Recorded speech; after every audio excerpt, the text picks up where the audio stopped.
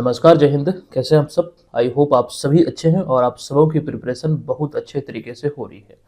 दोस्तों, आज की इस वीडियो में 20 फरवरी 2025 से संबंधित प्रश्नों को आप देखने वाले हैं, जिसमें बिहार राष्ट्रीय अंतर्राष्ट्रीय तीनों घटनाओं का संग्रह होगा और हमेशा की तरह तमाम जानकारी यहाँ पर मैं आपको विस्तृत तौर पर देने वाला हूँ। अच्छा, ध्यान रखेंगे जो लोग भी पहली बार इस सीरीज से जुड़े हैं, आपको बता दूं ये बिहार की प्रतियोगी परीक्षाओं पर केंद्रित है। आप यहाँ से अपनी तैयारी को बेहतर बना सकते हैं। अगर आप यहाँ से रेगुलर वे में क्लासेस को डेली फॉलो करते हैं तो दोबारा किसी भी सोर्स पर आपको आश्रित रहने की बिल्कुल आवश्यकता नहीं है। यहाँ से करंट अफेयर्स की तैयारी एकदम आपकी 100% हो जाएगी। सेशन की शुरुआत करते हैं उससे पहले पिछले वीडियो में एक प्रश्न हमने आपसे पूछा था। ये प्रश्न था कि हालिया जारी केंद्रीय बजट 2025-26 में बिहार के लिए ग्रीनफील्ड एक्सप्रेसवे बनाने का ऐलान किया गया है। बताएं कि अब बिहार के कितने जिलों से होकर गुजरेगी। राइट आंसर था विकल्प नंबर ए, यानी कि 7 जिले। इसको लेकर कंप्लीट जानकारी हमने आपको दिया था। चलिए सेशन की शुरुआत करते हैं, चलते हैं आज की इस वीडियो के पहले प्रश्न पे। देखिए, पहला प्रश्न है कि पंचायती राज मंत्रालय और भारतीय लोक प्रशासन संस्था द्वारा हालिया जारी पंचायत डिवोल्यूशन इंडेक्स रैंकिंग में बिहार को किस श्रेणी में रखा गया है। पंचायत डिवोल्यूशन इंडेक्स में बिहार को किस श्रेणी में रखा गया है, और आपको बता दूं कि 4 श्रेणी इसमें बनाया गया है और इन 4 श्रेणी में से बिहार को निम्न में रखा गया है। अतः विकल्प नंबर सी इस प्रश्न का राइट आंसर होगा। आइए इसको लेकर या फिर इस रैंकिंग को लेकर जो महत्वपूर्ण पॉइंट है जो एग्जाम में पूछे जा सकते हैं, उन सभी पर हम लोग नजर डालते हैं। देखिए, सबसे पहले तो ये आपको ध्यान रखना है कि पंचायती राज मंत्रालय और भारतीय लोक प्रशासन संस्थान द्वारा ये संयुक्त रूप से जारी किया गया 13 फरवरी 2025 को ये पंचायत डिवोल्यूशन इंडेक्स।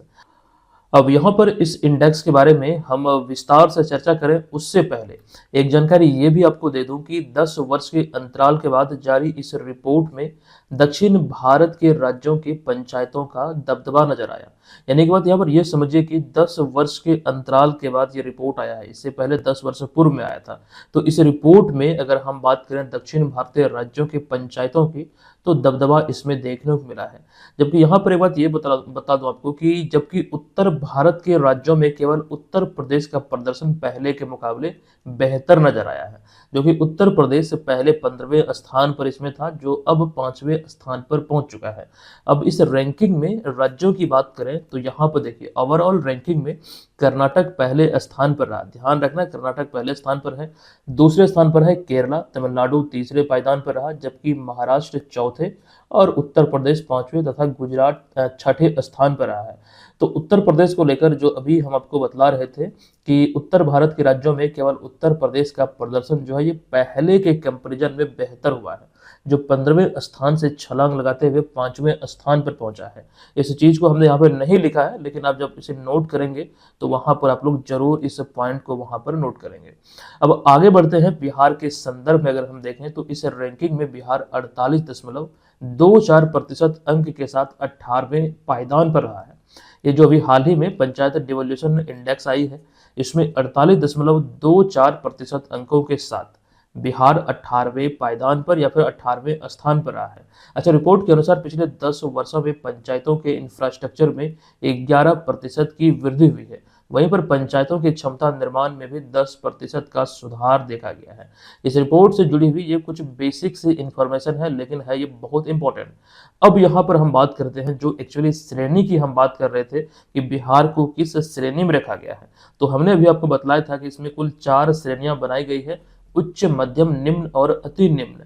आप यहाँ पर आगे वाले स्लाइड में इन सभी को डिटेल में देख सकते हैं।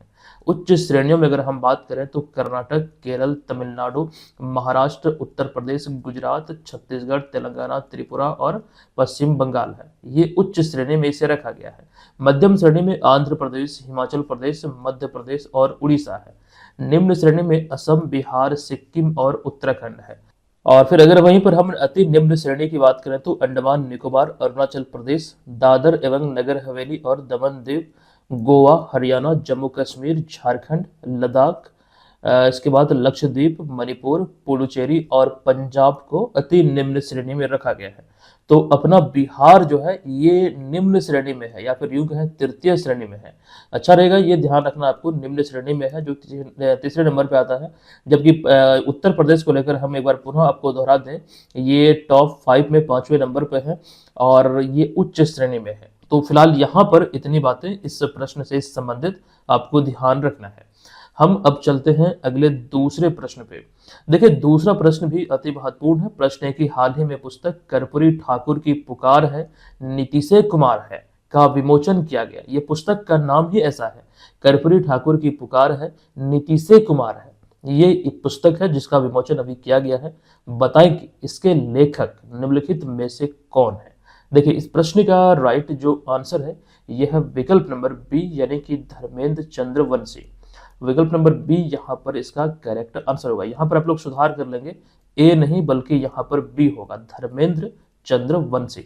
अब आपको इसके बारे में बता दूं, हाल ही में 17 फरवरी 2025 को जननायक कर्पूरी ठाकुर की 37वीं पुण्यतिथि मनाई गई है और इस अवसर पर कर्पूरी ठाकुर की पुकार है, नीतीशे कुमार है नामक पुस्तक का विमोचन किया गया। देखिए यहाँ पर इस पुस्तक के कवर पेज को देख रहे हैं, लिखा भी गया है कर्पूरी ठाकुर की या फिर कर्पूरी की पुकार है, नीतीशे कुमार है। इस पुस्तक के लेखक कौन है, तो डॉक्टर धर्मेंद्र चंद्रवंशी है। तो यहाँ पर बेसिकली इस पुस्तक से संबंधित यही 2-3 पॉइंट आपके एग्जाम में पूछे जाएंगे, जो कि यहाँ पर आप सभी को याद रखना है। देखिए आगे बढ़ेंगे, कुछ और भी जानकारी यहाँ पर हम आपको देंगे, लेकिन उससे पहले आपको एक बार पुनः दोहरा दूं, जो लोग बीपीएससी एग्जाम की प्रिपरेशन में लगे हैं, आगामी बीपीएससी एग्जाम के दृष्टिकोण से बीएम ऑनलाइन लर्निंग एप्लीकेशन को प्ले स्टोर से डाउनलोड करते हुए इस कोर्स के माध्यम से अपनी प्रिपरेशन को आप बेहतर बना सकते हैं। इस कोर्स में इस समय एक ऑफर आप सभी के लिए है, ये अब तक की सबसे बड़ी छूट कह सकते हैं आप लोग।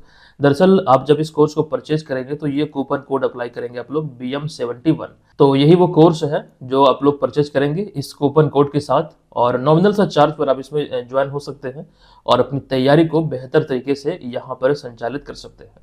चलिए आगे बढ़ते हैं। चूंकि यहाँ पर हम पुस्तकों की बात कर रहे थे, ऐसे में 2024 में जो प्रमुख पुस्तकें लिखी गई है उसको लेकर कुछ इंपॉर्टेंट जानकारी जो मुझे लगा कि एग्जाम में पूछे जा सकते हैं, उनमें से कुछ को यहाँ पर आपके समक्ष हमने रखा है।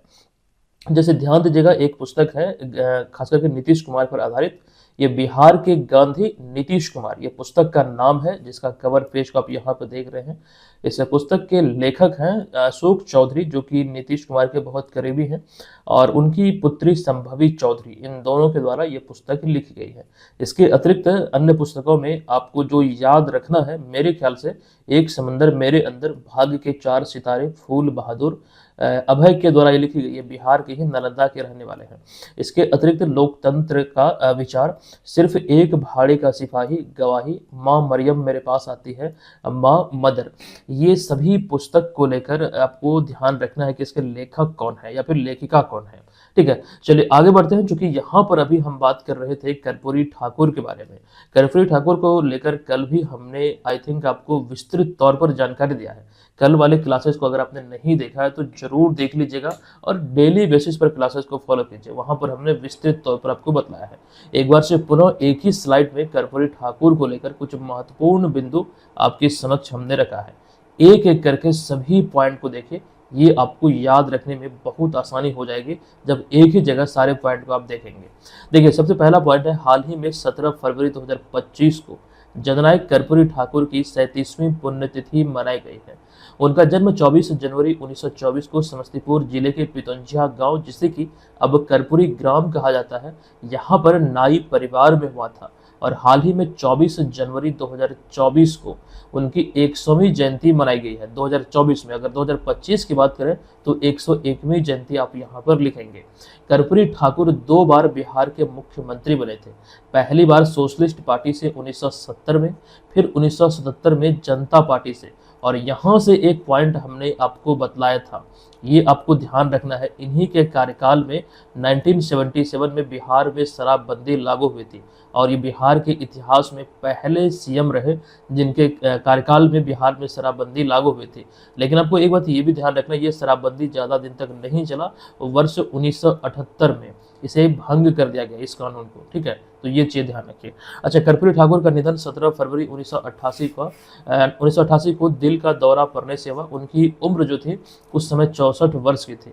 एक बात और, पिछले साल 2024 में बिहार के पूर्व मुख्यमंत्री कर्पूरी ठाकुर सहित पूर्व प्रधानमंत्री चौधरी चरण सिंह, नरसिम्हा राव, कृषि वैज्ञानिक डॉक्टर MS स्वामीनाथन और लाल कृष्ण आडवाणी को भारत रत्न से सम्मानित किया गया। अब तक कुल मिला के 53 महान हस्तियों को भारत रत्न मिल चुका है। अगर बिहार के संदर्भ में बात करें तो 5 बिहारी को भारत रत्न मिला है। कल इसकी भी जानकारी हमने आपको दिया था। अच्छा, कर्पूरी ठाकुर की बात करें तो कर्पूरी ठाकुर को लालू प्रसाद यादव, नीतीश कुमार, रामविलास पासवान, सुशील कुमार मोदी का राजनीतिक गुरु कहा जाता है। यानी कि इन सभी के गुरु कहे जाते हैं कर्पूरी ठाकुर। कर्पूरी ठाकुर को आप यहाँ पर तस्वीर में देख सकते हैं, ठीक है। तो इतनी जानकारी ध्यान रखिए। हम चलते हैं अगले प्रश्न पे। हमारा अगला तीसरा प्रश्न है कि हालिया जारी मूड ऑफ द नेशन सर्वेक्षण के अनुसार निम्नलिखित में से किस राज्य के मुख्यमंत्री को भारत का सर्वश्रेष्ठ मुख्यमंत्री चुना गया है। वोटिंग के आधार पर ये खास करके आंकड़े सामने आए हैं और ऐसे में अगर हम देखें तो इस सर्वेक्षण के अनुसार इसमें योगी आदित्यनाथ जो कि उत्तर प्रदेश के मुख्यमंत्री हैं, ये इसमें पहले स्थान पर रहे हैं। योगी आदित्यनाथ पहले स्थान पर हैं, ममता बनर्जी दूसरे स्थान पर हैं, MK स्टालिन तीसरे स्थान पर है, नीतीश कुमार टॉप 5 में नहीं है। यहाँ पर विकल्प नंबर ए इसका राइट आंसर है। इसको लेकर कंप्लीट जानकारी आपके समक्ष हमने रखा है। सबसे पहले ये ध्यान रखिए, हाल ही में यानी कि फरवरी 2025 में इंडिया टुडे ग्रुप और सी वोटर द्वारा मूड ऑफ द नेशन यानी कि MOTN सर्वे रिपोर्ट जारी किया गया। इस रिपोर्ट के अनुसार 35.3% वोट के साथ उत्तर प्रदेश के मुख्यमंत्री योगी आदित्यनाथ देश का सबसे अच्छा और लोकप्रिय नेता या फिर लोकप्रिय मुख्यमंत्री है। इस खास करके वोटिंग के आधार पर हम मतलब इसको अगर हम देखें, इस आधार की दृष्टिकोण से देखें तो इसमें योगी आदित्यनाथ शीर्ष पर रहे हैं। लेकिन उसके बाद इस रिपोर्ट के अनुसार अगर हम देखें सबसे लोकप्रिय मुख्यमंत्री की सूची में तो योगी आदित्यनाथ के बाद दूसरे स्थान पर है ममता बनर्जी, तीसरे स्थान पर MK स्टालिन, चौथे स्थान पर है चंद्रबाबू नायडू जो कि आंध्र प्रदेश के CM हैं और 5वें स्थान पर है देवेंद्र फडणवीस जो कि महाराष्ट्र के मुख्यमंत्री हैं। अच्छा, इसके बाद छठे स्थान पर है सिद्धारमैया और उसके बाद 7वें स्थान पर हेमंता बिस्वा शर्मा, 8वें स्थान पर है इसमें नीतीश कुमार और 9वें स्थान पर है मोहन यादव। ये ध्यान रखें, नीतीश कुमार इसमें 8वें पायदान पर है 3.4% वोट के साथ। अच्छा, इस रिपोर्ट के बारे में जो एक्चुअली हम बात कर रहे हैं mood off the nation report की, तो इसके बारे में विथ इमेज यहाँ पर इस रैंकिंग को देख सकते हैं कि योगी आदित्यनाथ पहले स्थान पर हैं, फिर ममता बनर्जी, फिर MK स्टालिन, फिर चंद्रबाबू नायडू।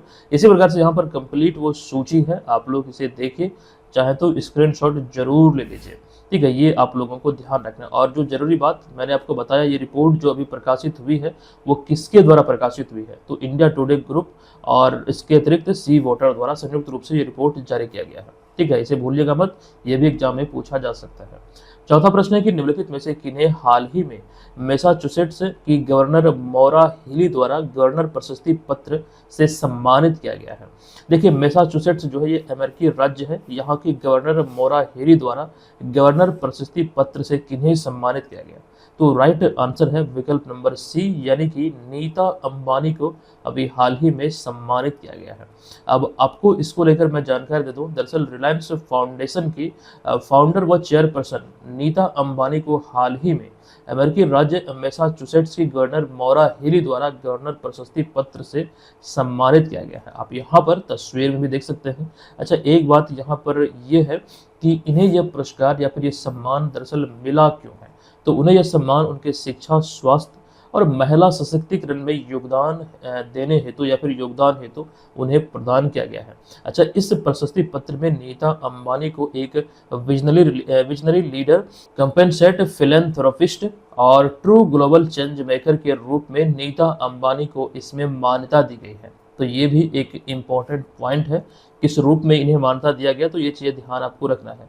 विशेष रूप से शिक्षा, स्वास्थ्य और महिला सशक्तिकरण में जो उनका उत्कृष्ट योगदान है, जिस कारण से उन्हें ये सम्मान मिला है, ये ध्यान रखिए। अच्छा, नीता अंबानी को लेकर कई सारी जानकारी हमने रिसेंटली आपको दिया था, आप सभी को आई होप मालूम होगा। वही सारी चीज़ों को पुनः हम दोहराने वाले हैं, ध्यान से देखिए। नीता अंबानी को आप यहाँ पर तस्वीर में देख रहे हैं, तो नीता अंबानी हाल ही में सर्वसम्मति से पुनः इंटरनेशनल ओलंपिक कमेटी की सदस्य के रूप में चुनी गई थी। हालांकि इससे पहले वे 2016 में आईओसी यानी कि इंटरनेशनल ओलंपिक कमेटी की सदस्य चुनी गई थी। लेकिन ये पहली बार जो हम यहाँ पर एक्चुअली हम लिखे हुए हैं कि सर्वसम्मति से पुनः से इंटरनेशनल ओलंपिक कमेटी की ये सदस्य चुनी गई, तो बात यहाँ पर हम कर रहे हैं 2023 की। 2023 में चुनी गई थी दूसरी बार।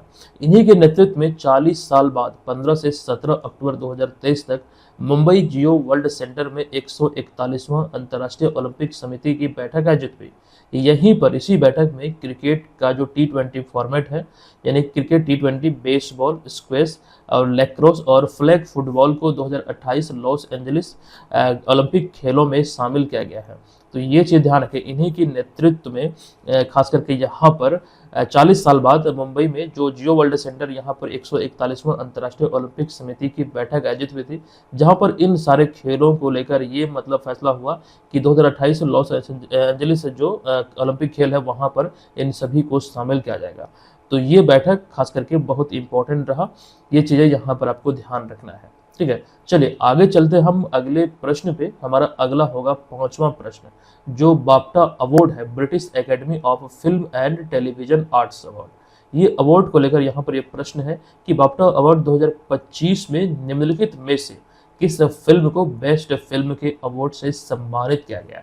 इस फिल्म का नाम है कॉन्क्लेव, यानी कि विकल्प नंबर सी इस प्रश्न का राइट आंसर होगा। आपको बता दूं कि लंदन के रॉयल फेस्टिवल हॉल में ब्रिटिश अकादमी फिल्म पुरस्कार बाफ्टा का आयोजन किया गया। यह इस पुरस्कार का 78वां संस्करण था और विजेताओं की सूची को आप यहाँ पर देख सकते हैं। बेस्ट फिल्म का अवार्ड मिला है कॉन्क्लेव को, यही एक्चुअली में यहाँ पर पूछा गया। अच्छा, इसके अतिरिक्त best director, best actor, best actress, best supporting actor यानी कि सहायक अभिनेता और बेस्ट सपोर्टिंग एक्ट्रेस यानी कि सहायक अभिनेत्री, बेस्ट डॉक्यूमेंट्री और बाफ्टा फेलोशिप अवार्ड, ये सभी को लेकर यहाँ पर जानकारी लिखा गया है। यानी सभी को आप लोग ध्यान रखेंगे, इनमें से कोई भी आपको प्रश्न के रूप में देखने को मिल सकता है। इसका आपको संस्करण भी पूछा जा सकता है, या फिर साथ ही साथ जिस प्रकार से हमने यहाँ पर प्रश्न पूछा किस फिल्म को बेस्ट फिल्म का अवार्ड मिला, या फिर best actor, actress, supporting actor, supporting actress, इसमें से कोई भी क्वेश्चन के रूप में पूछे जाने की संभावना बनती है। 6वां प्रश्न है एशियाई शीतकालीन खेल यानी कि एशियन विंटर गेम्स, तो 2025 में भारत निम्नलिखित में से कितना पदक जीतकर देश को गौरवान्वित किया है। देखिए, सबसे पहली बात तो यहाँ पर यह है कि एशियाई शीतकालीन खेलों में या फिर एशियन विंटर गेम्स में अब तक के इतिहास में भारत एक भी पदक किसी भी संस्करण में नहीं जीता है। अतः विकल्प नंबर डी यहाँ पर इस प्रश्न का राइट आंसर होगा। ये आंकड़े बहुत चौंकाने वाले जरूर हैं, लेकिन सत्य यही है कि भारत एक भी पदक विंटर गेम्स में, एशियन विंटर गेम की यहाँ पर हम बात कर रहे हैं, ध्यान रखिएगा, इसमें एक भी पदक नहीं जीता है। देखिए, 7 से लेकर 14 फरवरी 2025 तक पूर्वोत्तर चाइना के हार्बिन शहर में 9वें एशियाई शीतकालीन खेलों का आयोजन किया गया। इसका शुभंकर की अगर हम बात करें तो बिनबिन और निनी, जो आप क्रमशः यहाँ पर तस्वीर में देख रहे हैं, ये इसका शुभंकर था। आदर्श वाक्य की बात करें तो dream of the winter, love among Asia, ये इसका आदर्श वाक्य था इस संस्करण का, खास करके विंटर एशियन गेम का। अब यहाँ पर आगे आपको ध्यान रखना, ये नवा संस्करण था और इस नवे संस्करण के खेलों के लिए भारत 59 भारतीय खिलाड़ियों का दल भेजा था। साथ ही इसके अतिरिक्त 29 अधिकारियों का भी दल भेजा गया था, जो कि एशियन विंटर गेम्स में भारत का ये अब तक का सबसे बड़ा दल था। हालांकि भारत एशियाई शीतकालीन खेलों में अब तक एक भी पदक नहीं जीत पाया है। इस नवे संस्करण में भी भारत के हाथ एक भी मेडल नहीं लगा। ठीक है, तो ये चीजें यहाँ पर समझना है, ध्यान रखना है। काफ़ी इंपॉर्टेंट है। हम यहाँ पर सिर्फ एशियाई खेलों की बात नहीं कर रहे हैं, यहाँ पर एशियन विंटर गेम की बात हो रही है, इस चीज़ को ध्यान रखिएगा। ठीक है, कैटेगरी अगर आप यहाँ पर मिस करेंगे तो आंसर भी चेंज हो जाएगा। अब आगे अगर हम पदक तालिका की बात करें तो पदक तालिका में 32 स्वर्ण यानी कि 32 गोल्ड, 27 सिल्वर और 26 ब्रॉन्ज यानी कुल 85 पदकों के साथ चाइना इसमें शीर्ष पर रहा। उसके बाद क्रमशः दक्षिण कोरिया और जापान क्रमशः दूसरे और तीसरे स्थान पर रहा। अच्छा, अब यहाँ पर एक पॉइंट लास्ट में आपको ये बता दूं कि एशियाई शीतकालीन खेलों की जो शुरुआत हुई थी ये 1986 में साप्पोरो जापान से हुई थी। साप्पोरो एक जगह है जापान में, यहीं से एशियाई शीतकालीन खेलों की यानी कि एशियन विंटर गेम्स की शुरुआत हुई थी। ठीक है, तो फिलहाल इतनी जानकारी इस प्रश्न से संबंधित ध्यान रखिए। हम चलते हैं अगले 7वें प्रश्न पे। ये प्रश्न है कि भारतीय मुक्केबाज लवलीना बोरगोहेन जो कि असम की रहने वाली है, इन्होंने उत्तराखंड में आयोजित 38वें राष्ट्रीय खेलों में कौन सा पदक जीता है? तो राइट आंसर है, इन्होंने यहाँ पर गोल्ड मेडल यानी कि स्वर्ण पदक जीता है। अब यहाँ पर आपको जानकारी दे दूं कि लवलीना बोरगोहेन ने उत्तराखंड में आयोजित 38वें राष्ट्रीय खेलों में महिलाओं की 75 किलोग्राम मुक्केबाजी श्रेणी में प्रांशु राठौर को 5-0 से हराकर गोल्ड मेडल यानी कि स्वर्ण पदक जीता है। अच्छा, लवलीना बोरगोहेन जो कि असम की रहने वाली है, इन्होंने टोक्यो 2020 यानी कि टोक्यो ओलंपिक जो 2020-21 में हुआ था, इसमें महिलाओं के 69 किलोग्राम वर्ग में ब्रॉन्ज मेडल यानी कि कांस्य पदक जीता था। ये तस्वीर वही तस्वीर है ब्रॉन्ज मेडल के साथ जो खास करके टोक्यो ओलंपिक 2020 की है, ये आप यहाँ पे देख सकते हैं। अच्छा, पेरिस ओलंपिक में इन्होंने कोई पदक नहीं जीता। पेरिस ओलंपिक के बारे में अगर हम बात करें तो 26 जुलाई से 11 अगस्त 2024 तक आयोजित पेरिस ओलंपिक में भारत 6 पदक जीता, जिनमें कि 1 रजत और 5 ब्रॉन्ज मेडल यानी कि 5 कांस्य पदक इसमें शामिल था। पेरिस ओलंपिक के बारे में कई सारी जानकारी हमने आपको दिया था, विस्तार पूर्वक दिया था। उनमें से एक पॉइंट ये भी आपको बतलाया था कि मनु भाकर जो आप यहाँ पर तस्वीर में देख रहे हैं, ये पेरिस 2024 ओलंपिक में भारत के लिए पहला पदक जीती थी। उन्होंने कांस्य पदक जीता और साथ ही साथ ओलंपिक शूटिंग पदक जीतने वाली वो पहली भारतीय महिला बनकर इतिहास रच दी। नाम क्या है? मनु भाकर। अच्छा, मनु भाकर की जो हम लोग बात कर रहे हैं, इनसे संबंधित एक और प्रश्न को लेकर आगे हम आपको जानकारी देंगे इसी वीडियो में, जो कि बहुत ही इंपॉर्टेंट प्रश्न है। देखिए, यहाँ पर इतनी सारी बातें ध्यान रखिए, चूंकि यहाँ पर नेशनल गेम्स की बात हुई है, 38वें संस्करण की बात हुई है। इसमें अगर हम देखें बिहार की दृष्टिकोण से, बिहार 12 पदक जीता, 29वें स्थान पर रहा। और पूरी की पूरी इंफॉर्मेशन जो एग्जाम में, बिहार के एग्जाम में पूछे जा सकते हैं, वो कंप्लीट जानकारी यहाँ पर आपके समक्ष है। कल भी हमने इसको लेकर विस्तृत तौर पर आपको बताया है। अच्छा, इसको ध्यान आपको रखना है। जो लोग नहीं देखें तो एक बार वीडियो को पॉज करके जरूर देख लीजिए। इसके पिछले संस्करण को लेकर भी हमने जानकारी दिया था जो गोवा में आयोजित हुआ था। हालांकि इसमें भारत नहीं बल्कि बिहार इसमें 8 पदक जीता था और 30वें स्थान पर रहा था, ये ध्यान रखिए। चलिए आगे चलते हैं अगले प्रश्न पे, लेकिन उससे पहले पेरिस ओलंपिक की एक्चुअली में जो बात हो रही है, तो पेरिस ओलंपिक से जुड़ी हुई ये तमाम जानकारी यहाँ पर आपको दिख रहा है। ये इसका ग्रीष्मकालीन ओलंपिक खेलों का 33वां संस्करण था। भारत 6 पदक जीता था, जिनमें की 1 सिल्वर और 5 ब्रॉन्ज मेडल था, और कुल मिला के पदक तालिका में 71वें स्थान पर रहा था। शीर्ष स्थान पर था अमेरिका, फिर चाइना, और फिर उसके बाद तीसरे स्थान पर था जापान। अच्छा, भारत को जो 6 पदक मिला था वो कंप्लीट जानकारी यहाँ पर आपको दिख रहा है। इसमें एक चीज़ ध्यान रखिएगा, भारतीय पुरुष हॉकी टीम ने खास करके ब्रॉन्ज मेडल यहाँ पर अपने नाम किया था। पेरिस ओलंपिक से जुड़ी हुई कई सारी जानकारी और भी है, आप चाहें तो इन सभी को देख सकते हैं। अच्छा, जो खिलाड़ियों का दल भेजा था, 117 खिलाड़ी थे, और विभिन्न राज्यों से जो खिलाड़ी का दल भेजा गया था वो आप यहाँ पर पूरी इंफॉर्मेशन देख सकते हैं। चलिए अगला 8वां प्रश्न है कि बीसीसीआई ने हाल ही में आईपीएल के डैश सत्र के कार्यक्रम की घोषणा कर दी है, जो कि 22 मार्च से 25 मई 2025 तक आयोजित किया जाएगा। ये आईपीएल का कौन सा सत्र होगा, कौन सा एडिशन होगा, यही पूछा गया है। तो राइट आंसर है विकल्प नंबर डी, ये इसका 18वां संस्करण होगा। आपको बता दूं कि बीसीसीआई यानी कि भारतीय क्रिकेट नियंत्रण बोर्ड ने हाल ही में आईपीएल के 18वें सत्र के कार्यक्रम की घोषणा की है। इसकी शुरुआत 22 मार्च को ईडन गार्डन्स में कोलकाता नाइट राइडर्स और आरसीबी यानी कि रॉयल चैलेंजर्स बैंगलोर के बीच मुकाबले के साथ ये शुरू होगा। 65 दिनों तक ये चलने वाली प्रतियोगिता का जो आयोजन है ये 13 शहरों में, फिर 13 स्थानों में किया जाएगा, जहां पर 74 मुकाबले खेले जाएंगे इन 65 दिनों में। एक लंबा खास करके टूर्नामेंट होता है ये। यहाँ पर हम बात कर रहे हैं आईपीएल की। अच्छा, आईपीएल के पिछले संस्करण की अगर हम बात करें, जो पिछला एडिशन था 17वां संस्करण 2024 वाला, 22 मार्च से 26 मई तक ये खेला गया था। 26 मई 2020 के बीच विभिन्न शहरों में आयोजित किया गया था। इसमें केकेआर की टीम जो थी, कोलकाता नाइट राइडर्स, वो चैंपियन बनी थी। अच्छा, आईपीएल की शुरुआत हुई थी 2008 में।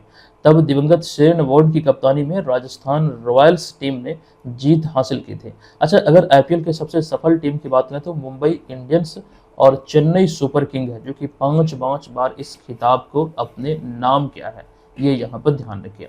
चलिए आगे, नवा प्रश्न है कि हालिया जारी स्पोर्ट स्टार एसेज अवार्ड 2025 निम्नलिखित में से किन्हें, या फिर इस अवार्ड में 2025, यहाँ पर देखिए, यहाँ पर में शब्द छूट गया है। हालिया जारी स्पोर्ट्स स्टार एसेज अवार्ड 2025 में निम्नलिखित में से किन्हें sport star of the year female पुरस्कार से सम्मानित किया गया। ब्रैकेट में फीमेल लिखा गया, नहीं कि विमेंस कैटेगरी में ये अवार्ड किन्हें मिला है।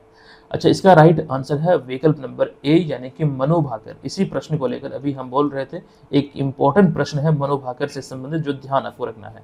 तो इसमें आपको ध्यान रखना है कि sport star of the year का जो पुरस्कार मिला विमेंस कैटेगरी में, ये मनु भाकर को मिला। जबकि अगर पुरुष कैटेगरी की बात अगर हम करते हैं तो पीआर श्रीजेश को मिला है। कंप्लीट जानकारी अभी आप देखने वाले हैं। हाल ही में 14 फरवरी 2025 को स्पोर्ट स्टार एसेज अवार्ड 2025 का 7वां संस्करण मुंबई महाराष्ट्र के ताज पैलेस में, या फिर ताजमहल पैलेस में आयोजित किया गया। ये ध्यान रखिए। अच्छा, इसमें विजेताओं की बात करें तो sport star of the year पुरुष कैटेगरी में पीआर श्रीजेश को, महिला कैटेगरी में मनु भाकर को दिया गया। जबकि sports male of the year का पुरस्कार मिला स्वप्निल कुसाले को शूटिंग के लिए। National team of the year का पुरस्कार भारतीय पुरुष और महिला शतरंज टीम को दिया गया। क्लब और state team of the year की बात करें तो मुंबई क्रिकेट टीम को दिया गया। सर्वश्रेष्ठ राज्य खेल प्रोत्साहन का पुरस्कार मध्य प्रदेश को दिया गया। सर्वश्रेष्ठ विद्यालय खेल प्रोत्साहन के लिए पुरस्कार Kalinga institute of industrial technology यानी कि KIIT को दिया गया। लाइफ टाइम अचीवमेंट अवार्ड पुरुष कैटेगरी में गुरबख्श सिंह को दिया गया हॉकी के लिए। लाइफ टाइम अचीवमेंट अवार्ड महिला कैटेगरी में मैरी डी सूजा सिक्वेरा को दिया गया। ये यहाँ पर आपको ध्यान रखना, यही सारे आपके एग्जाम में प्रश्न के रूप में पूछे जा सकते हैं। तो स्पोर्ट्स स्टार एसेज अवार्ड के 7वें संस्करण की इस विजेता सूची को जरूर आप लोग पढ़िएगा, अच्छी तरीके से याद रखिएगा। 10वें प्रश्न पर चलते हैं। निम्नलिखित में से किस देश में हाल ही में 5वां बहुपक्षीय नौसैनिक अभ्यास कोमोडो आयोजित हुआ है? राइट आंसर है विकल्प नंबर सी, यानी कि इंडोनेशिया। आपको बता दूं कि कोमोडो एक बहुपक्षीय नौसेना अभ्यास है जो इंडोनेशियाई नौसेना द्वारा आयोजित और संचालित एक सैन्य अभ्यास है। यह हिंद महासागर और प्रशांत महासागर के बीच हर 2 साल में आयोजित होता है, यानी कि द्विपक्षीय अभ्यास है। ये द्विपक्षीय नहीं बल्कि द्विवार्षिक बहुपक्षीय अभ्यास है। द्विवार्षिक यानी प्रत्येक 2 साल पर आयोजित होता है। बहुपक्षीय कि इनमें बहुत सारे देश भाग लेते हैं। अच्छा, इसका पहला संस्करण वर्ष 2014 में आयोजित किया गया था।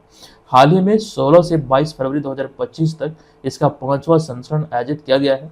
और आपको ये ध्यान रखना है कि भारतीय नौसेना का जहाज INS शार्दुल और लंबी दूरी की समुद्री निगरानी P-8I विमान इसमें भाग लेने के लिए इंडोनेशिया गई हुई है। तो भारत की तरफ से इसमें कौन भाग ले रहा है वो चीज़ें भी इम्पोर्टेंट हो जाती हैं। तो INS शार्दुल और समुद्री निगरानी P-8I विमान इसमें भाग लेने के लिए इंडोनेशिया गई है। अच्छा, एक जानकारी यहाँ पर मैं आपको दे दूँ, अतिरिक्त पॉइंट है ये, दो पॉइंट है कि इस वर्ष 76वें गणतंत्र दिवस 2025 के अवसर पर इंडोनेशिया के राष्ट्रपति प्रबावो सुबियांतो भारत के राजकीय मेहमान थे, यानी कि मुख्य अतिथि थे ये 76वें गणतंत्र दिवस के 2025 वाले।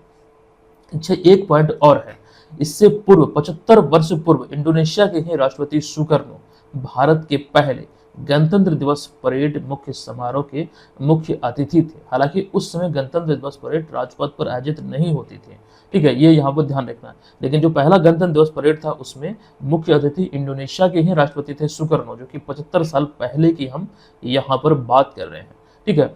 तो ये मित्रता को दर्शाता है भारत और इंडोनेशिया के बीच। चलिए आगे चलते हैं अगले प्रश्न पे प्रश्न है कि हाल ही में खबरों में रहा मत्स्य 6000 यानी कि मत्स्य 6000 क्या है। तो ये एक प्रकार का पनडुब्बी है जो कि अभी हाल ही में खबरों में रहा है। तो विकल्प नंबर डी यहाँ पर इस प्रश्न का राइट आंसर होगा। मत्स्य 6000 एक चौथी पीढ़ी का गहरे समुद्र में चलने वाली पनडुब्बी है, जो एक्चुअली यहाँ पर आप तस्वीर में देख सकते हैं, जिसने हाल ही में फरवरी 2025 में बंदरगाह पर सफलतापूर्वक पानी के अंदर परीक्षण पूरा किया है। अच्छा, जिस वजह से ये जो परीक्षण पूरा हुआ है अभी हाल ही में, इसी वजह से ये खबरों का विषय है।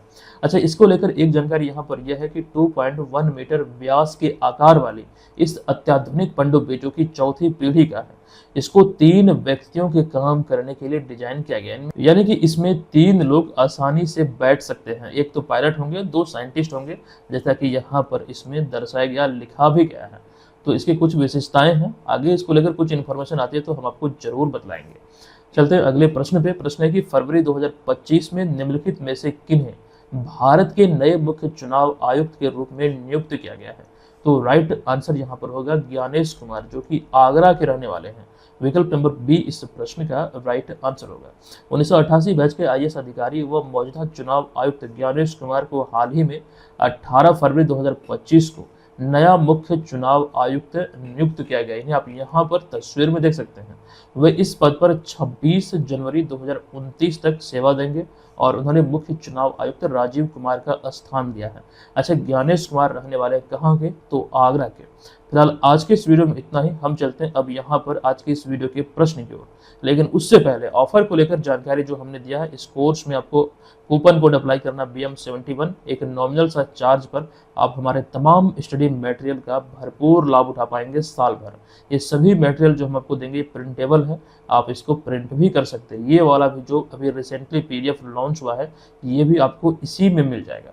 आज के इस वीडियो का प्रश्न है कि हाल ही में 17 फरवरी 2025 को जननायक कर्पूरी ठाकुर की 37वीं पुण्यतिथि मनाई गई है। कर्पूरी ठाकुर के बारे में निम्नलिखित में से कौन सा कथन असत्य है? आप लोग कमेंट बॉक्स में बताएंगे। हम मिलते हैं आपसे नेक्स्ट वीडियो में, तब तक के लिए धन्यवाद। जय हिंद।